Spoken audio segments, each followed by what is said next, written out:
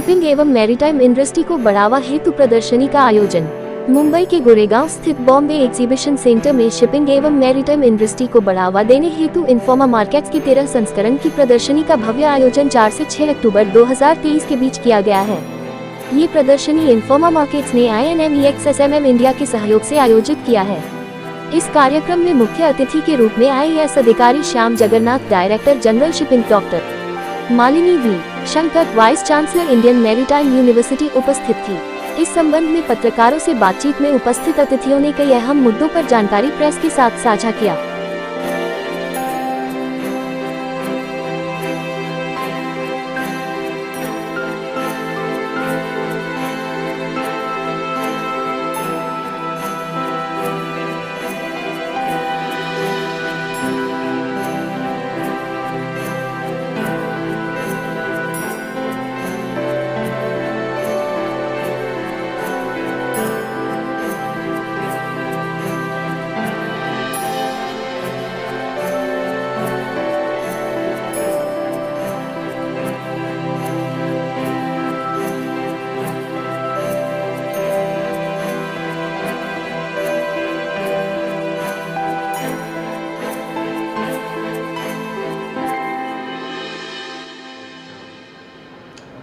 Positioned as South Asia's largest maritime event. Here we have about more than 250 plus brands exhibiting, out of which about 80 international. We have a 3-day conference that's running, which is covering some of the most topical subjects like the green technology, on automation, on shipbuilding, the design, ship financing, on various aspects. What we also have here in this conference is a pavilion that's dedicated to green technology, and that's something that you see across all the industries, that we're looking at how to reduce the carbon footprint. And I think maritime is, no less, that's something that you all have to look into. Apart from that, we have specific country pavilions from Greece, Germany. We also have taken an initiative this year to include students. So we have a student zone and emerging marina zone, so they can showcase some of their products and some of their poster sessions. That's our initiative to bridge the gap between academia and industry, and also provides a platform for them to learn from the industry. And for the first time, we have also introduced the Maritime Excellence Award this year to celebrate the success and the achievements by the maritime community. I have here with me Mr. H.K. Joshi, who is former CMD of Shipping Corporation of India. Mr. Hajra has been also former CMD of Shipping Corporation of India, and currently the chairman of the advisory board of INMEX SMM India.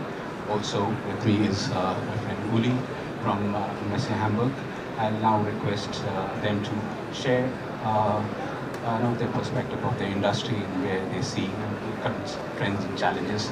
So I'll hand over the mic to you.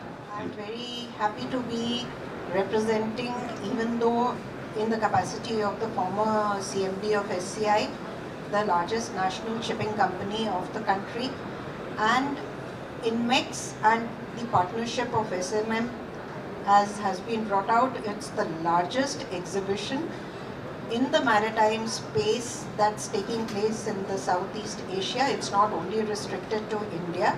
So this is an opportunity for all the stakeholders of the maritime industry to come and participate in the future outlook of India in the maritime industry.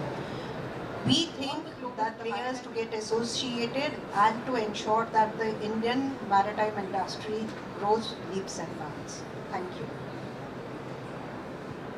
Friends from the media, as Ranjit has already mentioned, I am the chairman of the advisory board of INMEX SMM India. So it's my pleasure and privilege to welcome all of you to this 13th edition, which is possibly the largest ever, with more than 250 exhibitors, and we are expecting something like 6,000 footfalls over the 3 days. Of course, SMM Hamburg is possibly world's largest maritime conference and most well known.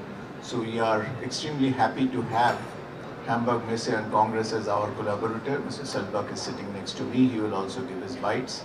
If India is to, reach as our target is the $5 trillion GDP within the next just couple of years, I think maritime has a lot to contribute. And INMEX, we have always been looking at the technology and innovation. That is our focus. So I think in today's world, with the digitalization taking place, with everything AI, robotics, and everything else, I think that is the order of the day. Unless you adapt yourself, obviously you will be getting totally left out.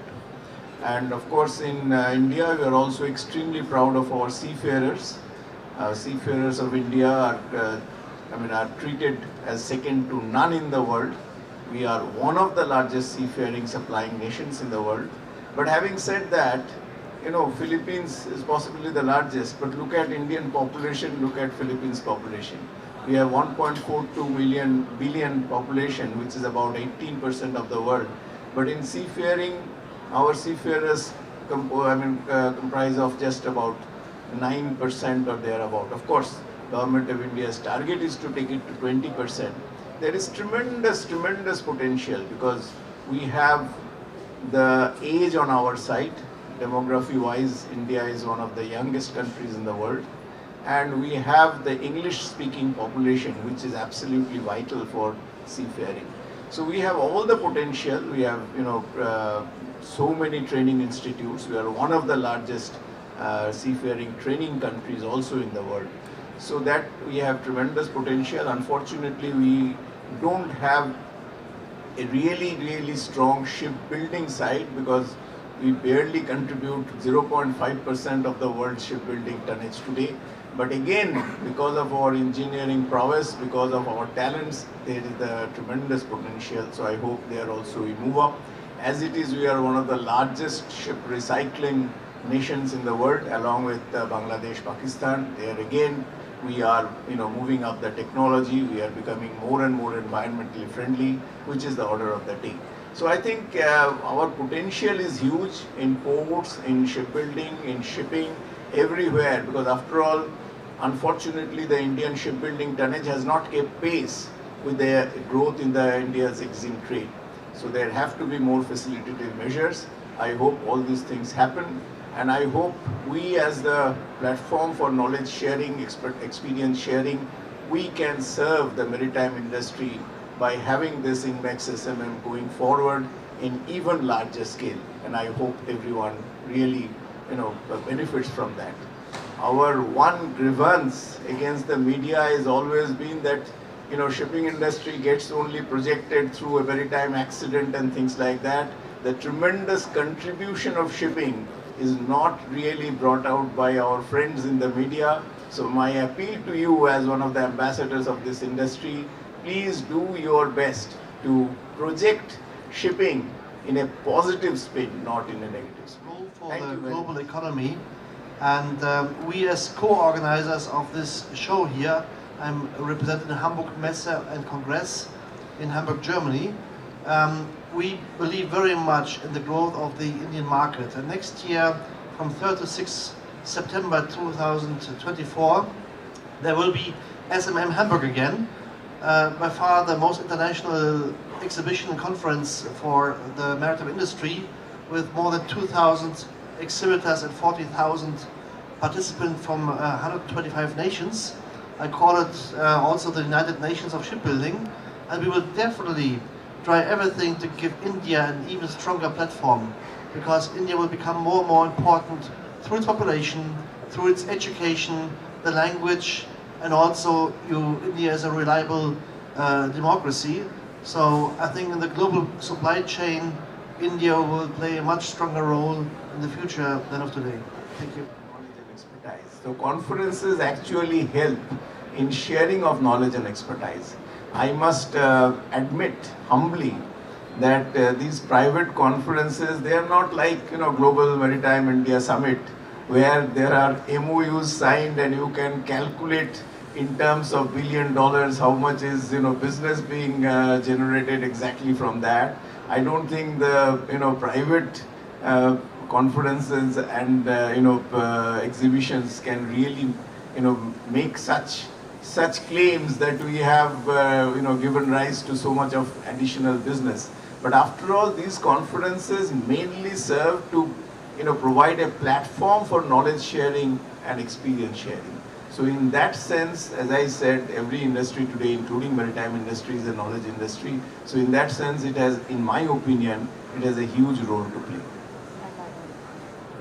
Adding on to what Mr. Hazra just said, INMEX and the SMM conference is very opportunely placed considering the Global Maritime India Summit 2023, which is going to take place in a couple of weeks in this month itself. So bringing the stakeholders together and using this platform will be, I think, a stepping stone for the Global Maritime India Summit 2023, which the Government of India is taking up. And also, there is a lot of need for such platforms because the Indian maritime industry is still not very well publicized.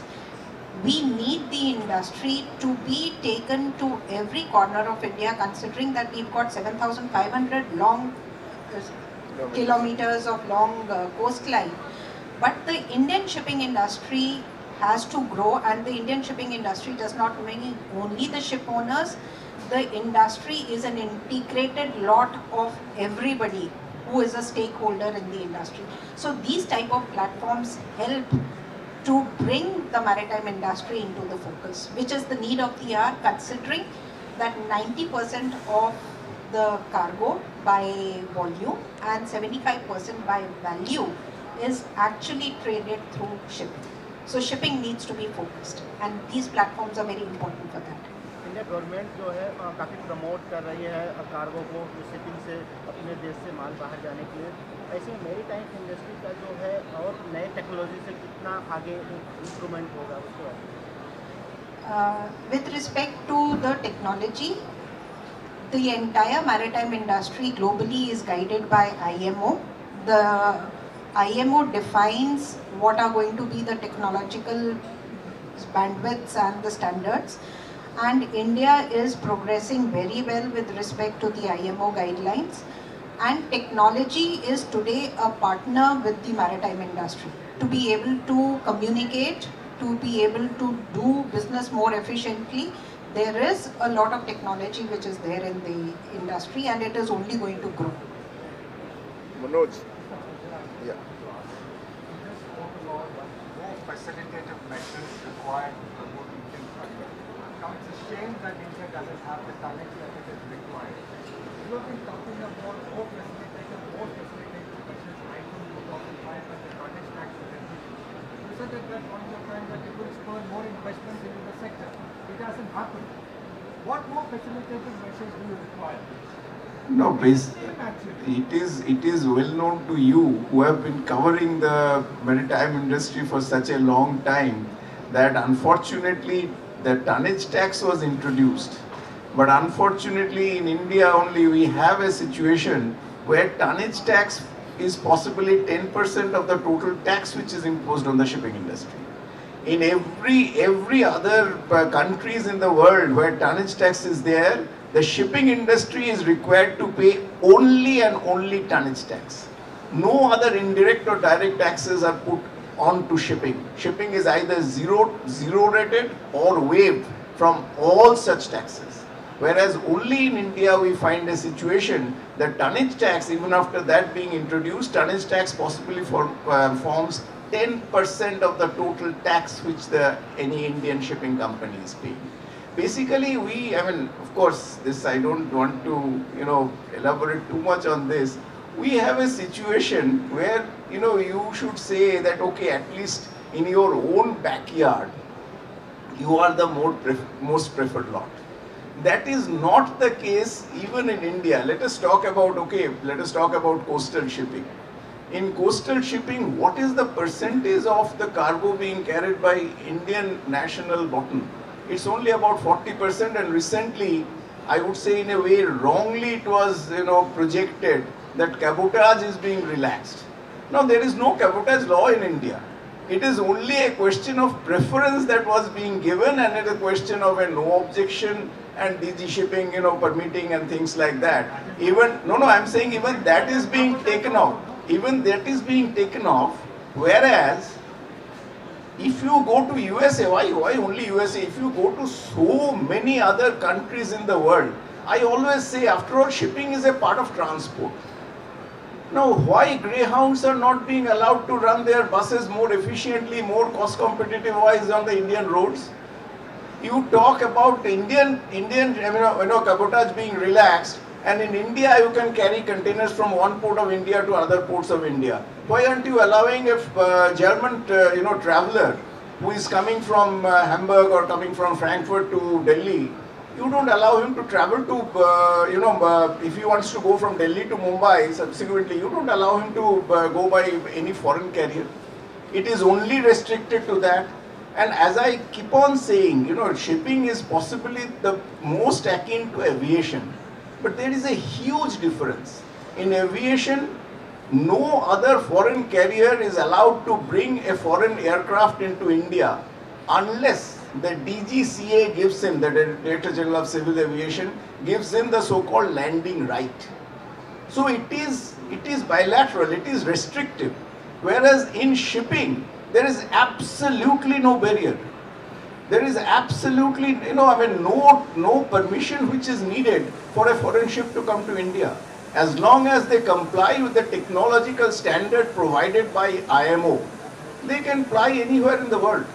So obviously, shipping being that way the most free industry, unless you provide a so-called level playing field, which is unfortunately not there, how do you expect shipping to progress? And that's what has happened.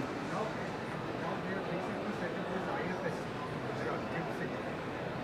One shipper has already come. Why can't Indian owners explore that opportunity? No, they should, and I'm sure they are going to explore, but this has just come. And we have a special session. As a matter of fact, Vandana Agarwal herself will be there tomorrow. We have a special session. Those like Ripley and others in some different names who have got their tonnage registered with the IFSC, two or three organizations. No, I think there are two. But anyway, both of them are going to be there tomorrow. So IFSC is a very good effort. We welcome that, and we do hope that that spurs the growth in tonnage. But obviously, as I said, unfortunately, as it stands today, there is very little level playing field for the Indian ship owners. And whatever India comprises of only 1% of the world tonnage, whereas our trade in terms of volume may be as much as 8 to 9%, whereas in terms of the Indian tonnage, we are just barely 1%. And that is primarily, I would say, because of lack of facilitative measure. But I think we will not confine this entire discussion only on that.